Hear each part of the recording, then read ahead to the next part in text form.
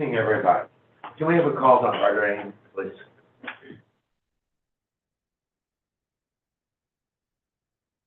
Dr. Asner? Present. Dr. Cuneo? Here. Dr. Hudson? Here. Dr. Miller? Here.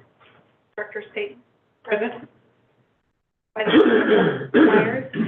And President Petrov? We have a forum. Would everyone stand, please, for the pledge of allegiance?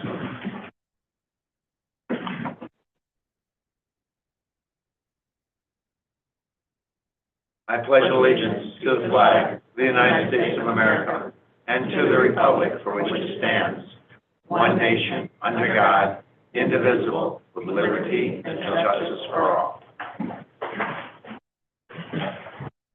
Good evening, everybody. We have a quorum. Let's start with our recognitions. Our recognitions of our PACE program, please. Good evening, Board. Dr. Macklin. I'm Jennifer Henry, the Executive Director of Communications. Tonight, I'd like to recognize our PACE program, and we have Dr. Molly Wilson and Ms. Latricia Morgan here to accept their recognition. They were recognized by Character.org for the Welcoming School Walkthrough Practice as a 2023 Promising Practice. The Welcoming Walkthrough allows families, community members, administrators, teachers, and paraprofessionals to provide feedback on the environment and culture of indoor and outdoor spaces at SSD. Character.org selected the practice for aligning with one or more of its principles and for cultivating a culture of character. SSD is one of only 22 school districts in the state who received this recognition. I'm sorry, in the nation. Nation? Yeah. Wow.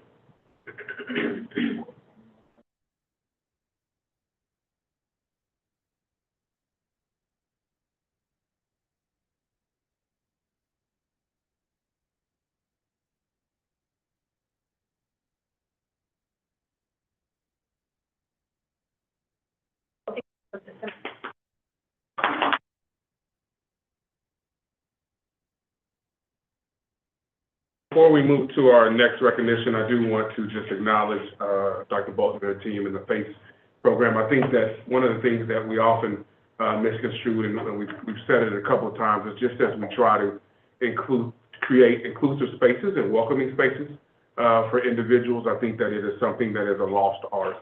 And so for this team to be acknowledged, not only a local, regional, but a national award on those spaces, it takes effort to create spaces and with intentionality so that persons feel welcome. And so I do want to say that I'm proud of the work that's taking place. Thank you. Next recognition is SSD Transportation Director Kenny Mulder. He was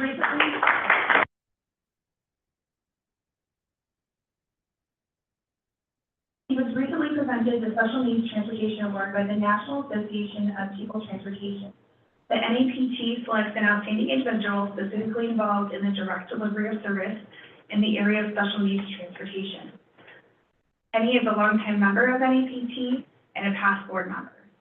He views the value of his work in context of the positive effect it has on each student's journey to and from school.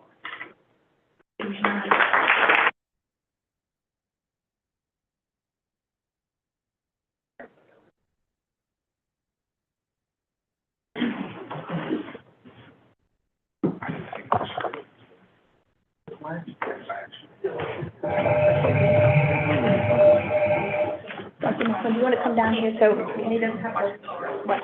Oh, yeah. Am I blocking everybody? No, you're fine. You're the center stage on this one. There, no, you stay, Dr. Macklin, put out this one. There we go. Step just a little bit to the go. Wait, I did that wrong. I'm always worried when I'm on the end. It's always fine. I'm off the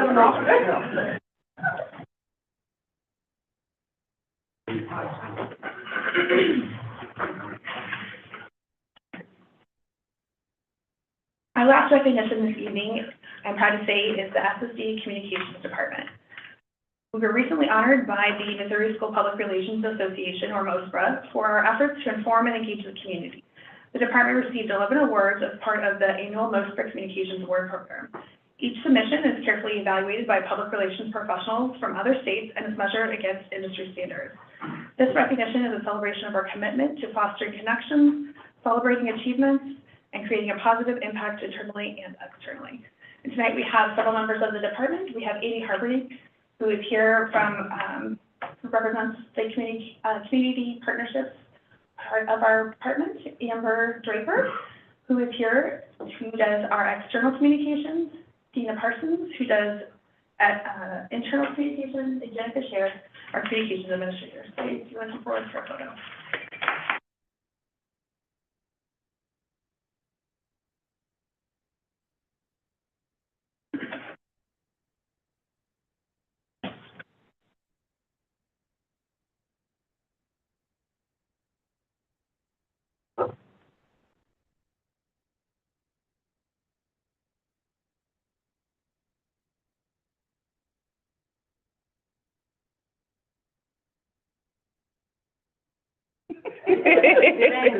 I'm working it out. Thank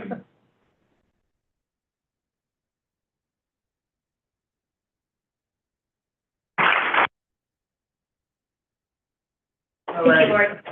Thank you, everybody. Public comments. We have no public comments tonight. That's good. That's good.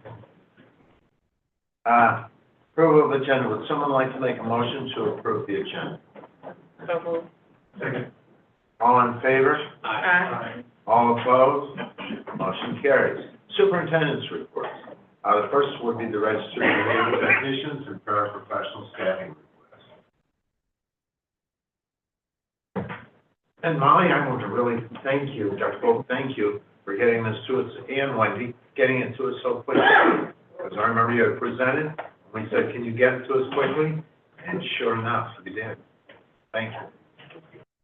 That's all right.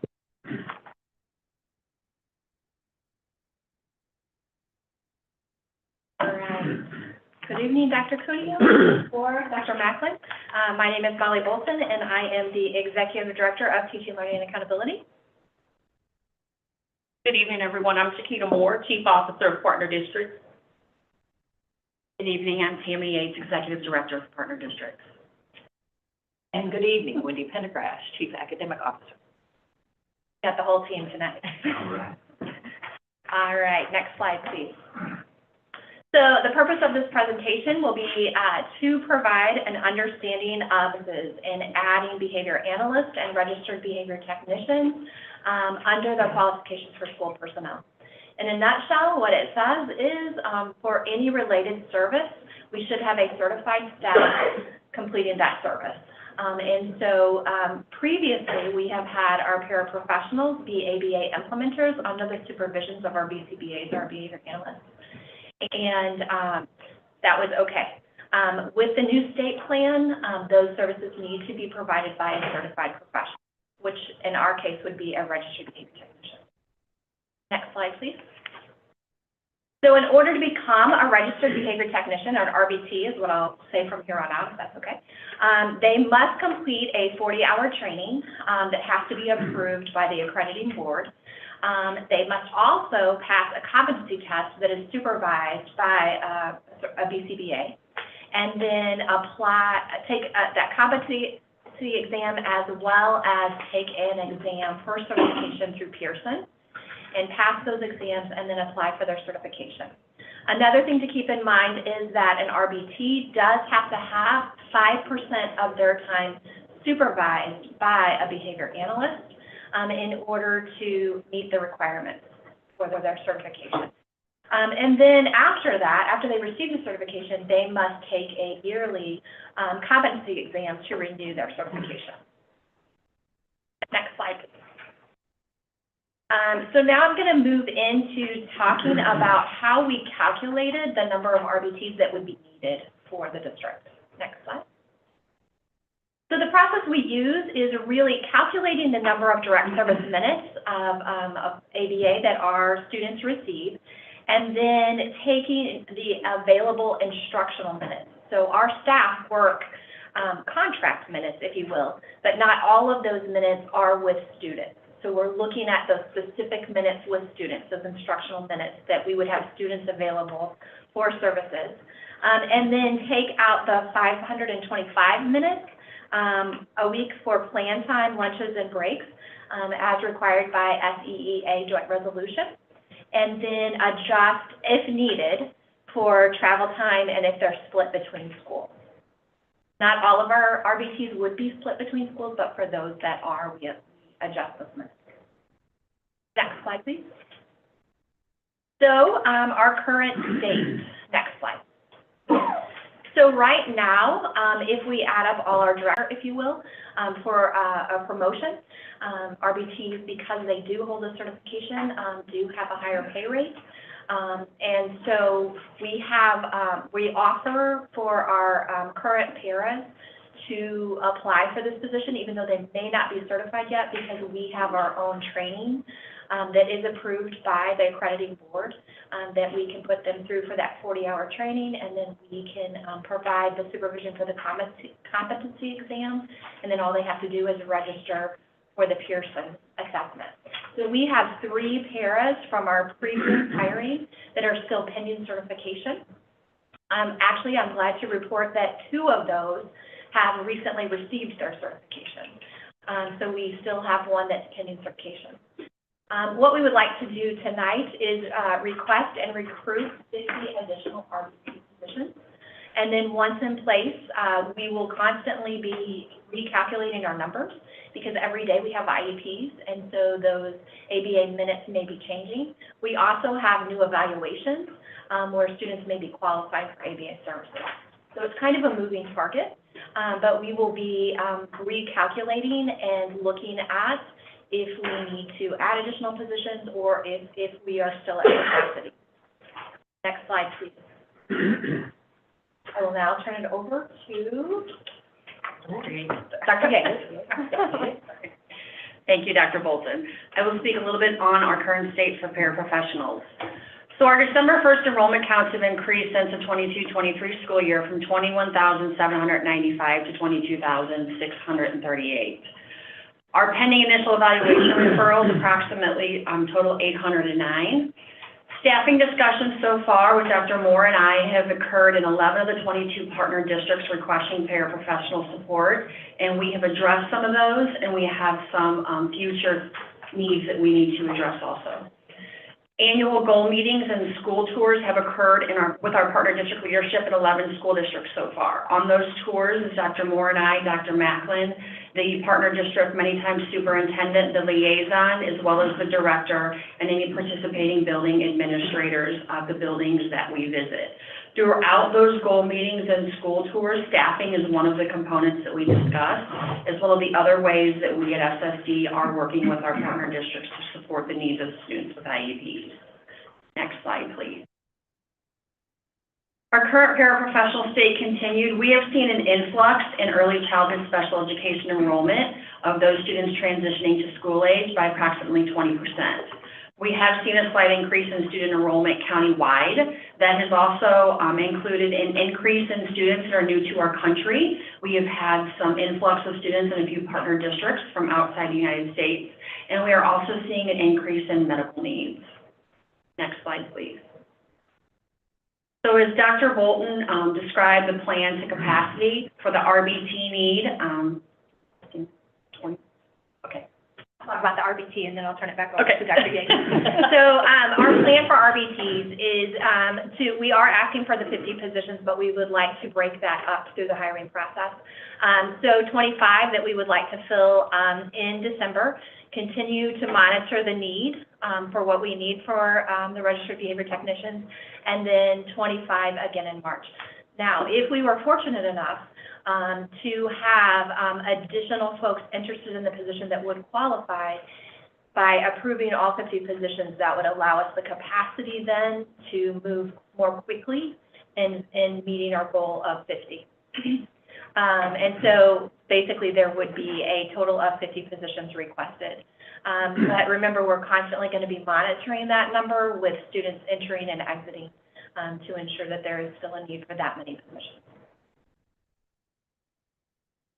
regards to our para need, first, thank you for the 30 positions that we previously requested and received. Those have been assigned and disseminated as of now, so those 30 have been exhausted. At this time, we are requesting 50 paraprofessional positions for December. With that, along with the 30 that have already been exhausted, total to this day, we have received 66 requests for additional paraprofessional staff. Therefore, those 30 have been utilized in anticipation of what we know is already on the horizon and the continued needs. That is why we are asking for the 50 additional. We will continue those meetings with our partner districts and leadership, conducting a deep dive into data and resources to make those decisions. I will explain further. We are very diligent in the information, the data that we ask for from our partner districts, and we take a deep dive into that. For example, Dr. Moore and I, on average, can spend 2.5 hours with the director, as we did the other day, going through multiple data points and looking at those things in conjunction with other factors. Within that, we look at where that staffing currently is, other resources we can utilize, and what that may look like on the horizon. With that, we continue to monitor the need and plan to request additional positions if needed at the completion of PD goal meetings and school tours in March, pending the filling, if we get to the filling of the 50 received in December. Next slide, please. So we're talking about the cost impact, especially for the RBT positions. It's about $69,000 per RBT. Thinking of the 25 positions in December and the 25 positions in March, you can see the cost impact. Now, one thing to keep in mind is we do get Medicaid reimbursement for the services that RBTs provide. They say that's around 17% of the cost of an RBT, which would be a little over $11,000 per RBT. So the Medicaid reimbursement would be around $2,500,000. Next slide, please. Cost impact for paraprofessionals is approximately $50,000 per paraprofessional. If you look at December, for 50 paraprofessional positions, the impact would be $2.5 million. In March, pending a review of the continued data and the continuation of those school tours and meetings that we collaboratively take with partner districts, with the remaining 11 partner districts, we will have more information at that time based on what is needed. Next slide, please. So this slide would show you the total cost impact with the 50 RBTs as well as the 50 paraprofessional positions. Slide, please. And now we'll open it up for questions. I got a question. Dr. Bolden and everybody, thank you for the presentation. Would you mind painting a picture of what a typical day of RBT professional? I have an idea. I'm guessing your students would also be interested in that. Absolutely, absolutely. So RBTs, their primary focus is on those direct service minutes with students who are receiving ABA services. So under the supervision of a behavior analyst or a BCBA, the behavior analyst would be creating a program specifically tailored for a student to increase skills. And those could be in a variety of areas. We use assessments to determine which areas we want to focus on for programming. So their day is running those programs and taking the data, then entering that data into the system so that we can then evaluate how that student is progressing through the program. The BCA, then that part of that supervision is reviewing that data, seeing if we need to make adjustments to that programming, and that sort of thing. So really, they are working directly with students every minute that we can schedule them in to do that. Okay, so I think that answer helps me. So they get a plan time, like They do, yeah, according to the joint resolution. Got it. Thank you. I had a question about slide 12. And just the state Medicaid reimbursement. Just a clarification. I'm assuming that's for all of the RBTs employed by SSD, not just the 50. Well, this figure here would be for the 50 we were hiring. So we make more than that with the number of BCBAs and the number of RBTs that we have. Gotcha, just because $2.5 million is obviously a lot more than 17% of the 3.5. I will check it out. I have a couple questions. Sure. One of which is, I guess it was about 2.5, 3 months ago, we had these positions that were never filled that we got rid of. But they're on the books and that was charged farm. We bringing all those positions back? So we did not have RBT positions in No, those? I'm not saying. It just seemed funny that we did that. We're not bringing all the positions back and that we're needing these positions. I would like to give a little historical context, if that's okay. Thank you again for allowing me to be in front of you this evening. One thing to take into consideration is the RBT position did not exist in our previous staffing plan when we look back at the previous year. So one of the practices that we used, the process that we used to place individuals into the RBT positions was to utilize vacant paraprofessional positions. And of those, I think that's how we were able to get to the 163 RBT positions that we currently have, using vacancies that existed throughout the county, which caused quite a uproar between our staff in-house. And so our goal is to stand here collectively moving forward in partnership, departments as leaders to ensure that our teams understand expectations moving forward of how we will work together to ensure that we're supporting the need of students throughout the county. So when we take that 163, we think about that. We pull that from those vacant paraprofessional positions. And then we also removed 75 paraprofessional positions, if I'm accurate with my memory, through the reduction of staff last school year.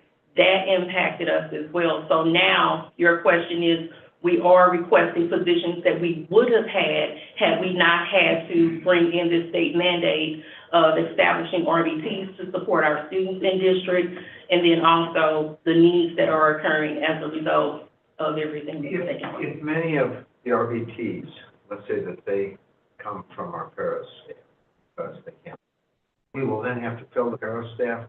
That's what I'm seeing. Is that correct? Yes, and we have had some extensive conversations amongst ourselves, as well as what we will do with our teams to ensure that there will not be any paraprofessionals moving from their position into an RBT role and then causing a disruption with the paraprofessional support that should be offered. And so we will work in sync to ensure that as we hire RBTs, if they are coming from a paraprofessional position, we will work together to ensure that we place the new person in that role before transitioning the current paraprofessional into an RBT position.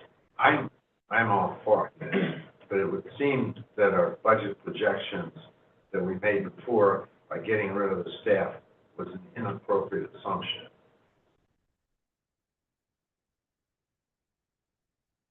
Is that a comment or a question? It's a comment. Okay. I don't think there's a question. Okay. It's pretty well known that that's what happened. Okay. Just a quick follow-up question. Do we currently have 163 RBTs? We currently do, yes. So then the 2.5 million is definitely Inclusive of that. 11,735. That was, thank you for doing the math. I'm an ELA I person. think my calculator off for that. Thank you for that. That's for all. That's for all, So okay. we're expecting about $500,000 offset from the revenue from Medicaid for those 50 RBTs hiring. Merging, yeah. Thank you for that. One last comment before you put this all together. I just want to thank you for getting this done so quickly. I remember we had said last time, if you get it to us, we can review it. Thank you. I have another question. You said it's like 40 hours to train an RBT. How long is that, like, for? So for our training, we run for 5 days. Oh, it is a, like, wham, bam, thank you, ma'am. Yes. Okay. And then what is the recruitment process like for? So we have met with OESE and our recruitment folks down there, And so I feel like we have a very solid plan. We will post these positions internally and externally. We do almost daily have folks reaching out to us saying, hey, when are you going to open some more RBT positions? And those are people who are already certified. And then we have this pathway for our paraprofessionals that are interested in this to move forward as well. So I do feel like, and then we will be, Facebook is like amazing because, there are groups for ABA and Facebook, so we will be doing some promotional there through Glassdoor, LinkedIn, as well as word of mouth is great. So if you're a current para and you want to take the RBC course, So the way we would run, that's a great question. So we would run them through the interview process, and as long as they met the qualifications. If we felt like they were a great candidate based on the criteria of the interview process, then we would say we would like to recommend you pending your certification. And then we already have in place, as long as these positions are approved, we have a course running the end of January. That will give us time to post the position, screen the candidates, interview them, and get a training together for the end of January. We're working with OESE to then provide subs for those folks so we do not have a disruption in service of our students for that training. Last question for me. What if you remember when we went through to get the extras when it came for the paras, so that we would place them because we would have 30 extras because are you planning to do the same thing here? With RBTs? Yeah. We would love to get to that I mean, eventually. your idea of having the 30 that we would place, that's like a great idea. Sure. And I'm wondering, are you going to also at some point think about that here? Depending on our financials, and if we feel like it's physically responsible, then yes, we would be looking at that. Thank you. And it is driven by student need. Yeah. The one thing that we're going to collaboratively do is figure out with the numbers and the positions that we have in place, if those minutes match up, if kids are getting what they need. Another thing to keep in mind that I just like to point out is if we're doing this, what we have seen from the RBTs we've had in place over the last year is those students' growth is amazing. And so with that growth, they're able to exit services for ABA more quickly. Well, that was the whole concept of ABA, they have it done young. Yeah. The sooner we get kids involved, at least I knew that's what it worked with autism, the sooner we got them involved, maybe by fifth, sixth grade, they were no longer needed. Absolutely. In many cases, I think that will be the case because we will have the fidelity of implementation.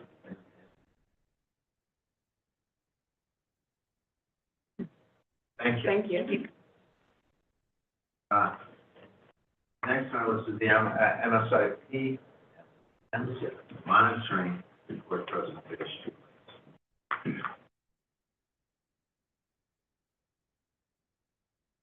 Good evening again.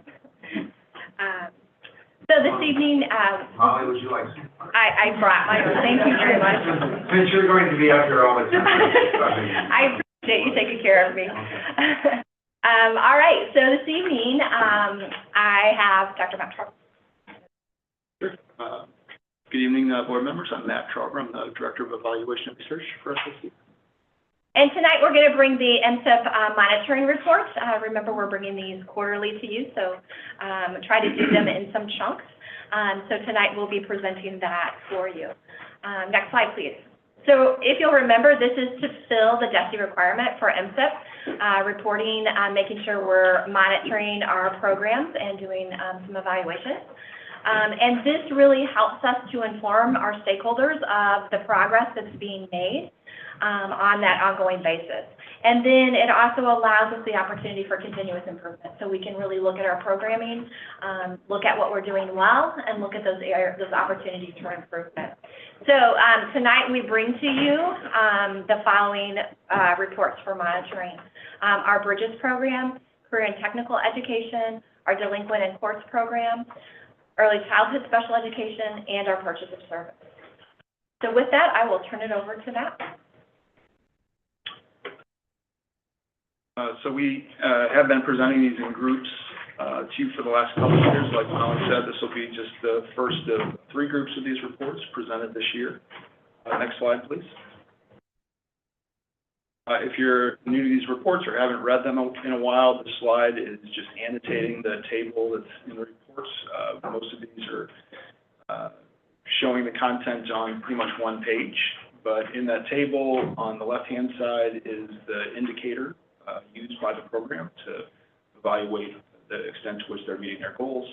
The second column shows the performance target for that particular indicator, and then the results are in the third column. Those are color-coded, so generally a orange-colored metric means that it is exceeding the target. Likewise, if it's, an orange-colored metric indicates it's below the target, a blue meaning it's above the target. Same goes for the arrows. If the arrow is blue, that indicates that there is a trend in the direction we would hope to see. If it's orange, it's in the opposite direction.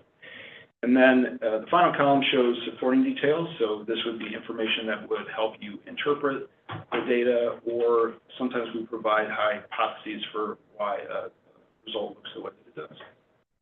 Next slide. So the first report is the Bridges report.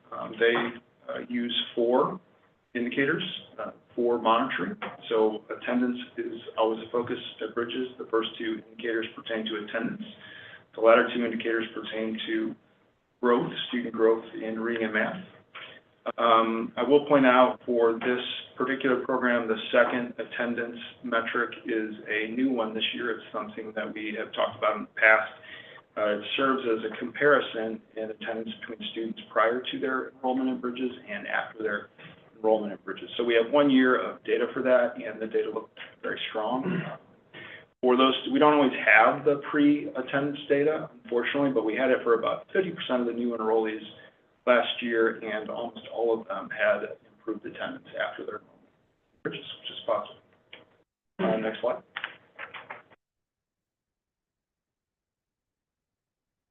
So career and technical education is the second program that we're monitoring and sharing with you tonight. That program includes 4 distinct indicators. So the results look positive, meaning the trend has increased for 3 of those indicators, including the CTE certificate, which is a new designation that the state offers as of a couple years ago. The percentage of students who achieve that designation, which is based on 7 separate indicators, more than double in 2023. More students are achieving placements related to their area of study as of last year. In addition to that, 2-year student retention, so the extent to which students are in a 2-year program that then complete that program, that also increased. There was a decline in the students, or the percentage of students achieving the National Career Readiness Certificate, which is basically related to performance on an assessment called the Work Keys Assessment, which looks at practical academic skills. There's some hypothesis there that students who participated in a lot of virtual education when they were freshmen and sophomores are now seniors and are taking that test, and maybe those the learning loss there impacted their performance. Next slide. So the Delinquent in Courts program, this is JDC, includes 3 indicators. So the first indicator, if I could explain it a little bit, oftentimes the enrollments for students in courts are pretty short term. They can be anywhere from a couple days to, oftentimes a month or around there. So we look at the extent to which students are earning credits on a pace that would be equivalent to the typical pace at which high school students earn credits. So typically a high school student is earning around 6 credits a year if they're on pace for graduation. So we essentially prorate the credits that court students make to see if they're on that pace. So that percentage did decrease somewhat in 2022-23. The suspicion there is that relates at least in part to an administrative change whereby students have the capability to earn a somewhat lower number of credits through the course programming. That occurred after a study of the extent to which the credits allowable were in line with what is typical for a regular high school. The other measures for courts are STAR reading and math growth, and there was some increases last year in both of those measures. Next slide. So our early childhood special education program is monitored with two measures. One is the percentage of students that are demonstrating growth on a ECSE specific common assessment. The target there is at 90%, and that was met in each area of literacy and social emotional development for 2022-23. The second indicator is a overall impression item that's on our family IEP survey. All parents have an opportunity to take this survey following completion of an IEP. So that overall rate of that survey item, which ranges from a 0 to 10 scale, did decrease a little bit for ECSE this past year, although that 8.48 is about typical for the county as a whole. So the ECSE department is aware of that, and they're undertaking some study to try to better understand why that result declined.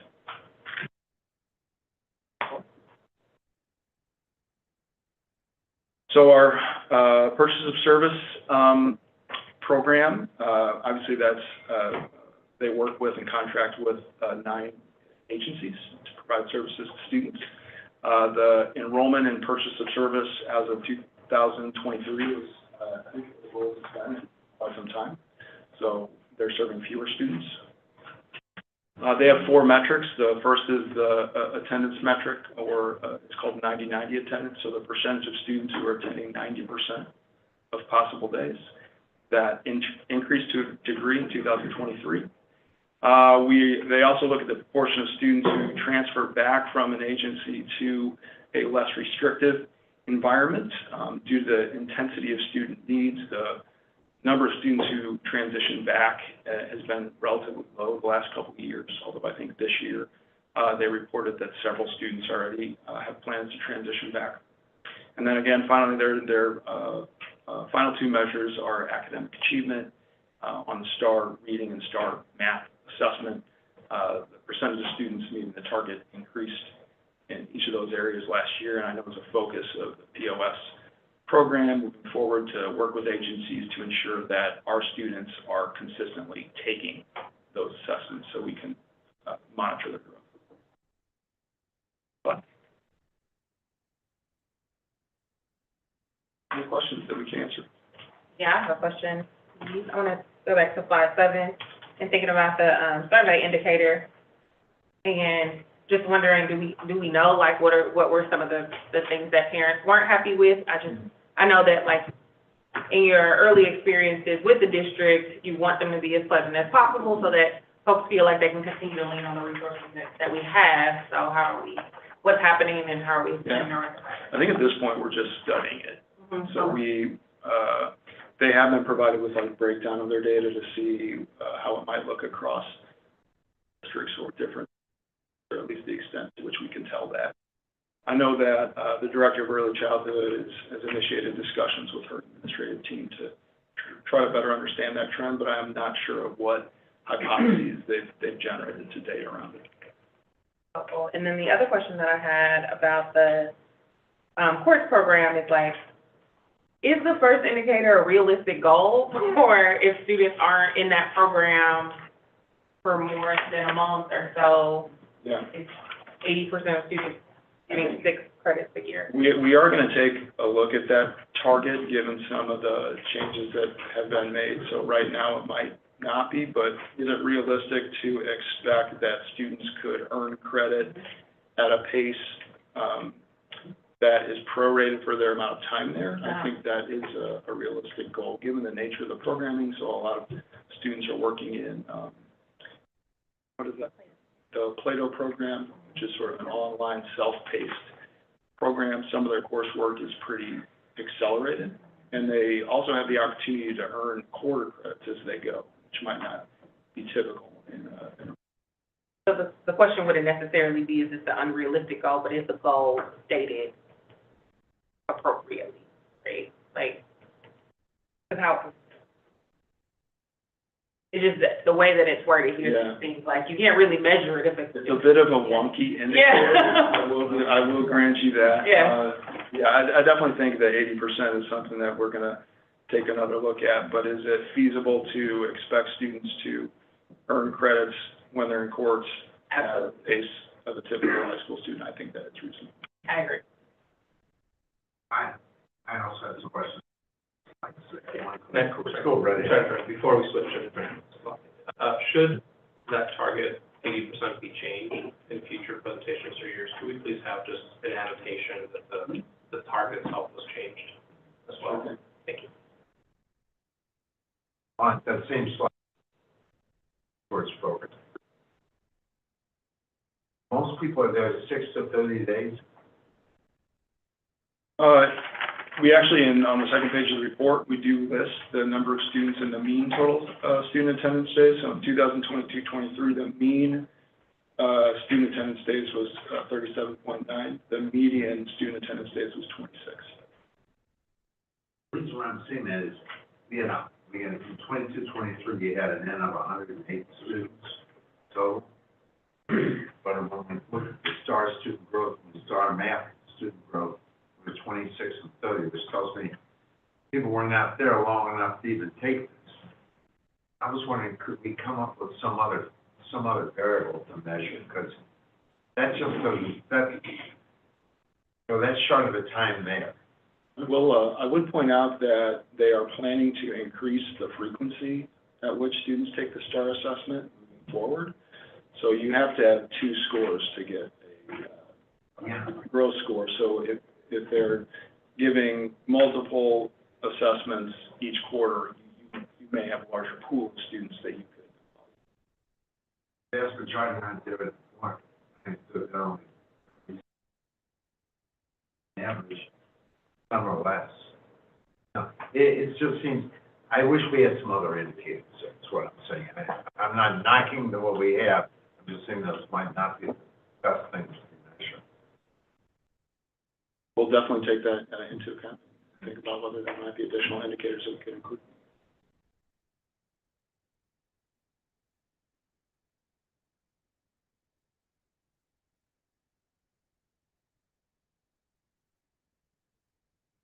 We'll move to 5.03, technology services update.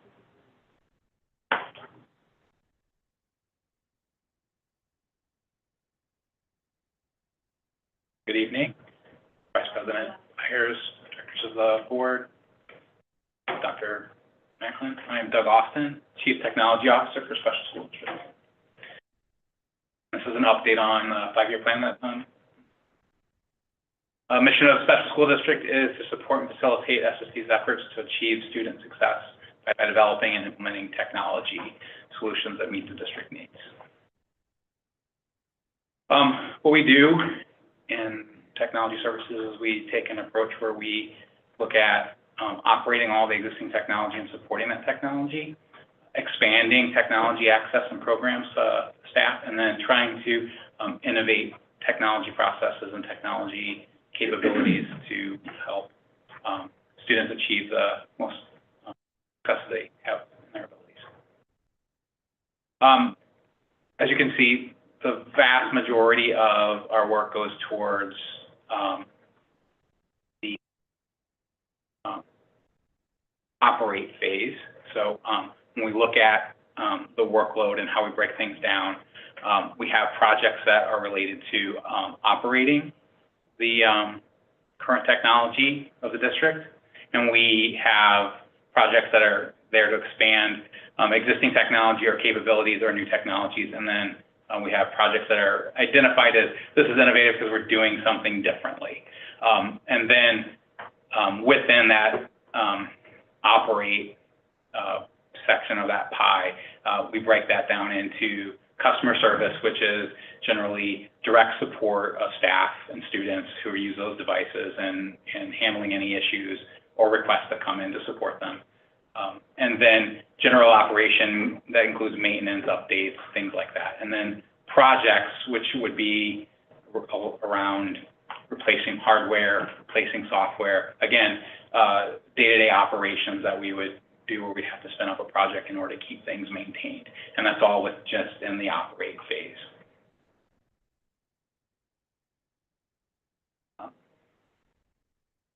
One of the things that's part of our operate phase is cybersecurity and keeping up on cybersecurity. Reported on this last time.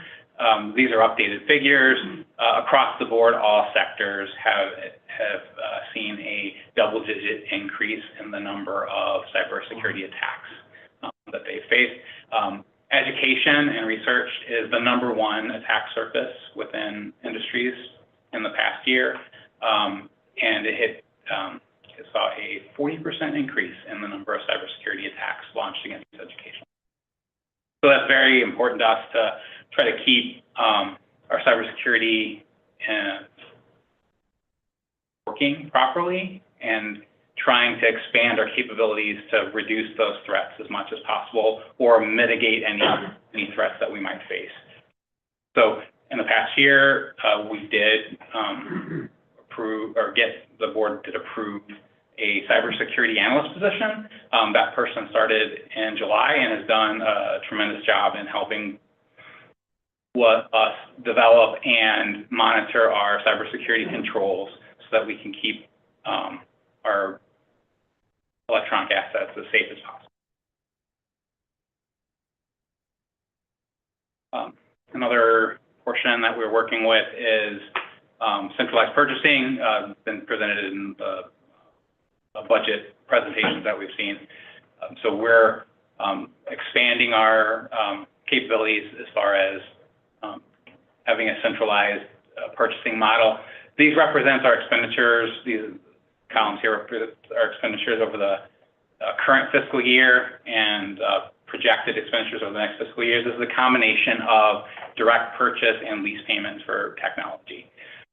So the 24-25 fiscal year, we're going to see an increase in the amount of devices that we are replacing. Some of this is devices that were purchased in 20 and 21 that are now going to be up for replacement. That includes a large number of devices that were purchased for paraprofessionals for the first time. Prior to that year, we did not supply paraprofessionals with a direct device. Starting that year, we started in 2020, we started supplying paraprofessionals with a device. So some of those devices, the earliest ones we purchased, will be up for replacement, and also some student devices that we purchased for our one-to-one initiative in 20 and 21 will be up for refresh in that year, and we'll continue to refresh those devices. Fiscal year 27 and 28, those are gross estimates. We're not quite sure what the pricing would be. We know about how many devices we think that we will be replacing in those years, but the prices might fluctuate up or down depending on the market at that time. So.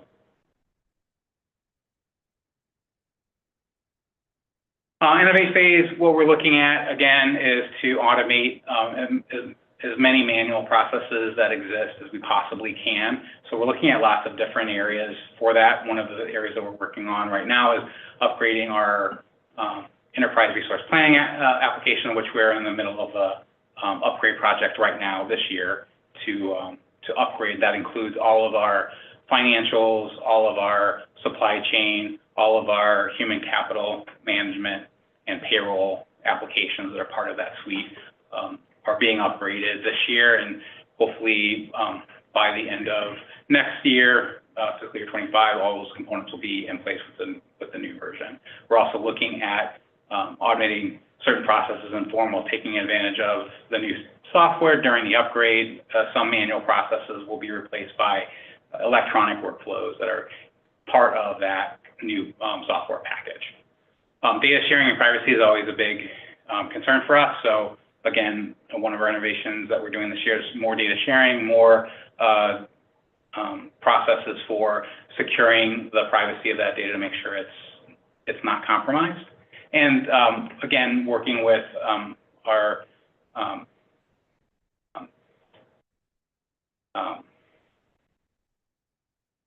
PD department and Dr. Molly Bolton, we've been working on a student success dashboard. We're currently working out the data that we need for that, sources for that data, and then coming up with a standard model so that that dashboard can be built and shared across not only our different departments, but also shared with partner districts and people that work with all of our students to get a, again, continuum service for all of our students as they transition from different grade levels or even different districts.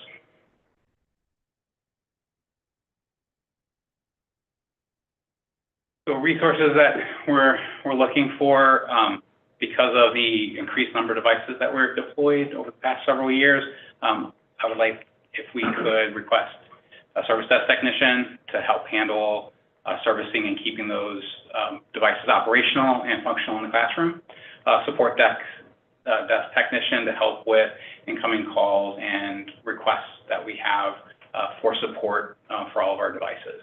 And we will be looking to work with the E3 program to do a organizational study of our department. Again, we want to make sure that we have all the correct positions aligned to properly support the district, and we're doing it in an equitable manner. So that's the success criteria that we have for having an organizational study of our department next year. Any questions?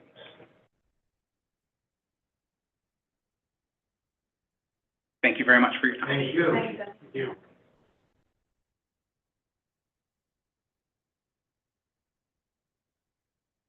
All right, so with that, I think we move on to agenda item 6.01, approval of consensual items.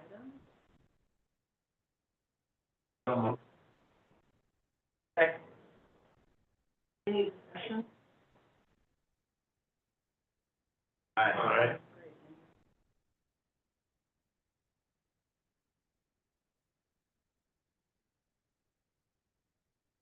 Moving forward, the agenda item 8, action items 8.01 is the second reading of board policy DCB and fund balance.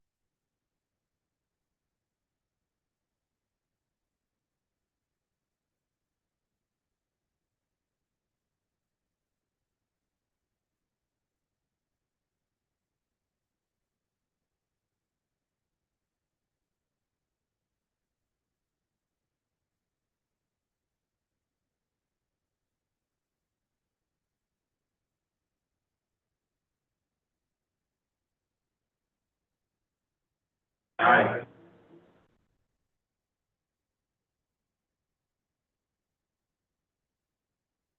Next, we'll move to agenda item 9, Board of Education Business. 9.01 is the closed meeting of the Board of Education for tonight and for January 9th, 2024, both at 7 p.m. Is the roll.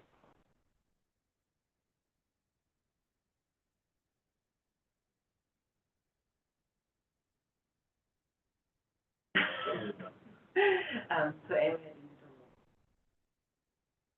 Director Acker? Director Cuneo? Yes. Director Hudson? Yes.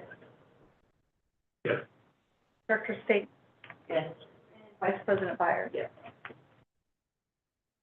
Agenda item 9.02, approval of minutes.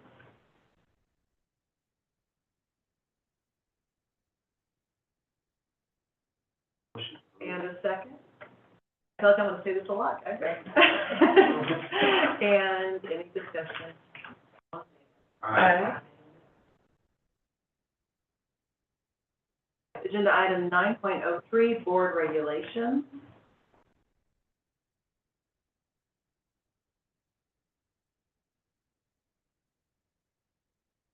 Okay.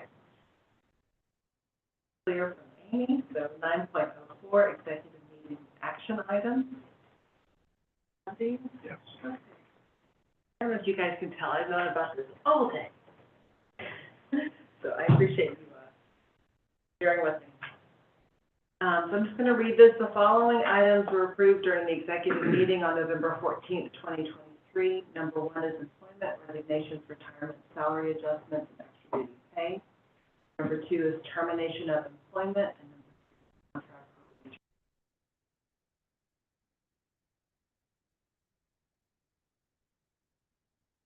Agenda item 9.05 is board communications.